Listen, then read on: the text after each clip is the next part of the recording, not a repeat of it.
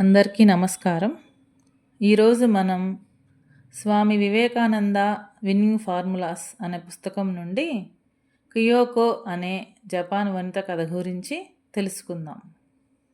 కియోకో అనే జపాన్ దేశ వనితకు తన భర్తపై అత్యంత శ్రద్ధాభక్తులుండేవి. దురదృష్టవశాత్తు ఆమె భర్తకు కుష్ఠవ్యాధి వచ్చింది. ఆ వార్త విన్న గ్రామస్తులు వారిని అక్కడి నుంచి వెళ్ళిపోమ్మన్నారు.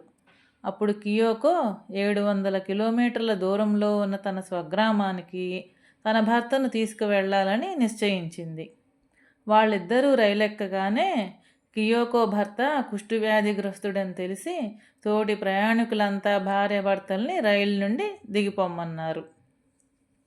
కియోకో స్టేషన్ మాస్టర్ని కలిసి రైల్లో తమ స్వగ్రామం చేరనీయమని వేడుకుంది.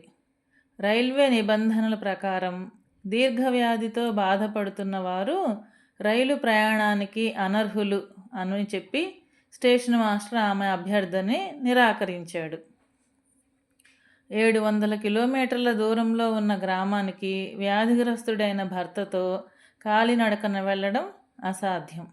ధైర్య సాహసాలను పుణికిపుచ్చుకున్న కియోకో నిరుత్సాహపడకుండా ముందుకు కదిలింది.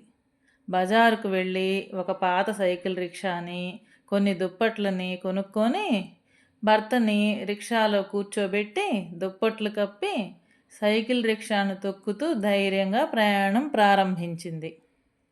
ఆ ధీర వనిత విపరీతమైన చలి, అపరిచిత ప్రదేశాలు, దారిలో ఎవరి నుంచి సహకారం లభించకపోవడం మొదలైన వాటిని గుండె ధైర్యంతో ఎదుర్కొంది.